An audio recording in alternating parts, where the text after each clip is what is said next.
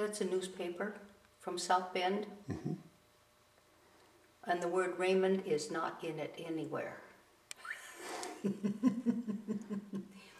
And this is called oyster money. Mm-hmm. Mm-hmm. And what is oyster money? Well, it explains on there what it's good for. It was given for Willapa Harbor currency, like for different advertising or something. And this is, of course, wood, plywood. Mm-hmm.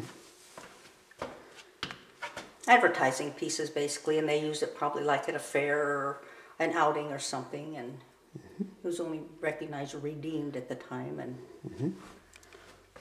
then what's that picture? The top picture is 3rd Street in Montesano in about 1914 or 15.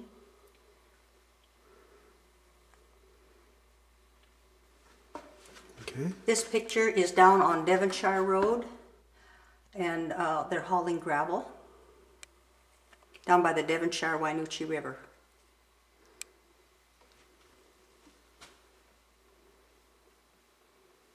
What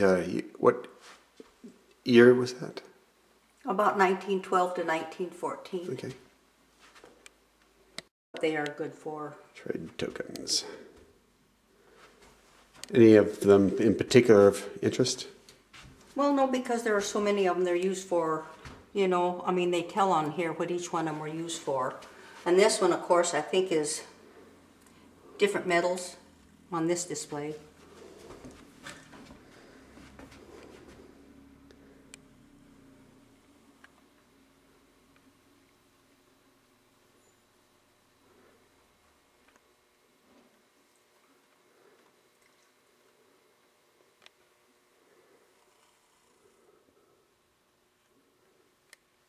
Then this one is one from the states that we've collected, the tokens that were used in different states and what they were used for. Volunteer stamp, car wash, telephone, military.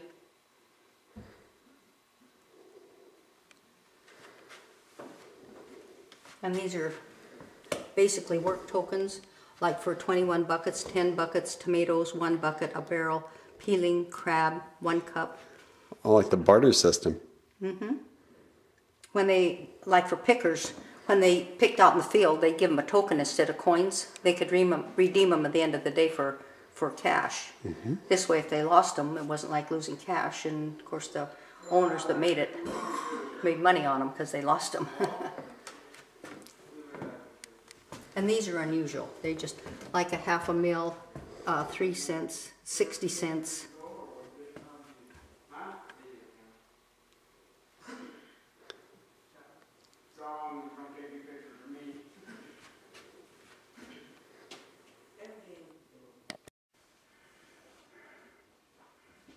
Well, this is a picture of Taylor's Wynoochee home farm, right up the Wynoochee. And some friends visited the museum here, and then they brought us that picture because they thought we needed it. This is a picture of over in Hokum of a lumber wagon. Looks like the wheel collapsed, but actually the wooden plank streets collapsed and dropped them down the hole there.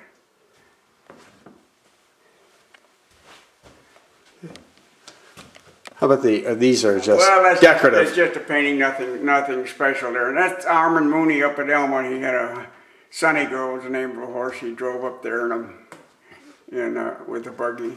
Okay. And this? That's the Governor Martin sitting in there, and Charles McDermott.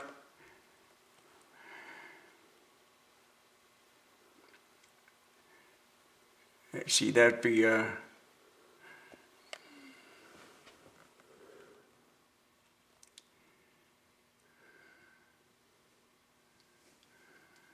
dang, I can't, I'm trying to read it.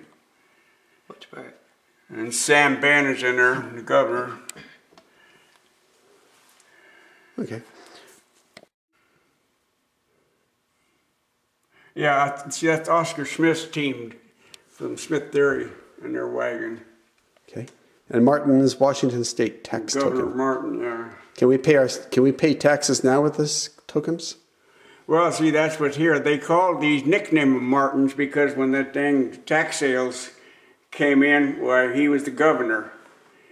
And so they nicknamed the tokens Martins. And they had that law already passed, they had to collect, and sometimes they didn't have the tax tokens to pay them with, so then some of the businesses printed their own provisional tax tokens for their own stores so that they could make change and collect the tax. Okay. 1912 Elks National Convention Parade in Portland, Oregon in July. 1912. They offered a prize of $500 in gold to the best entry in the parade. And John Olson, old John Olson, he homesteaded about 10 miles above Lake Quinault in the early 1800s, and he captured the elk and domesticated them on his farm. And he had about 5 of them there. Well, the elks in Aberdeen, they wanted to win that prize, so they heard about these elk. So they went up and bought the elk from John Olson. And then they hired Igner Olson, which was John's son, to drive them from there down to Hoquiam. Now there was no roads, it was just trails and brush. And they had these 5 herder elk, and they didn't have ropes on them or nothing. They're just herding them, him and a couple of other guys. And they start off down towards, and of course there's no roads there in 1912, it's just trails and brush. So they started off down and they got as far as Neilton, and the elk turned around and went back to the farm. So it actually took them 3 days to get them driven down there. And that was Igner, this right here is Igner Olson, that was the son of old John. They hired him to drive them down there, and then they took them down to the electric park in Aberdeen where they had these elk pens, because they had a sort of a zoo down there. This is right by the PUD, right on Myrtle Street there. This is actually in Hoquiam, on the Hoquiam side. Those are the different elk, but anyway, he put the elk in them elk pens, and Igner stayed there, and he broke the bull to drive and pull the buggy. Then they loaded all the elk on the train, took them to Portland, and then he went down there with them. And of course, they drove with the bull, pulled the buggy in the parade, and of course they won first. And of course the guys, they're all having a good time, and they're having a few little nips, you know, and they're getting pretty well loaded. They put the elk in the elevator, took him up in the hotel, and while he's up there, he shed his horns with the blood all over the place. And so then they finally sold the elk to a zoo down in Oregon. Okay, how about these right here?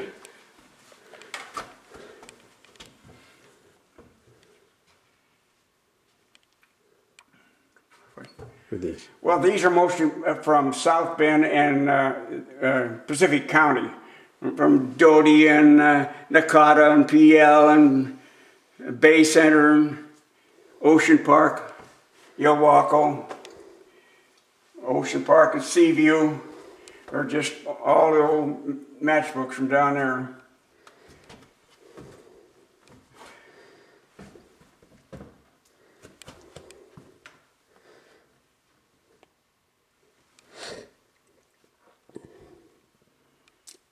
And the coins back down here? Are these also more matchbooks? Those are tokens from South Bend down there, from the old places. They used them in the cigar stores and saloons, and they used them for drinks, or they used them for gambling. And if somebody bought you a beer or a drink, instead of putting the drink out, they just give you one of them tokens, and you could trade in for the drink. Okay. Just like they do now with the wooden nickels, for good for a schooner or good for a beer. And then that continues. And as we go around the corner here, we see some more of Raymond and Long Beach.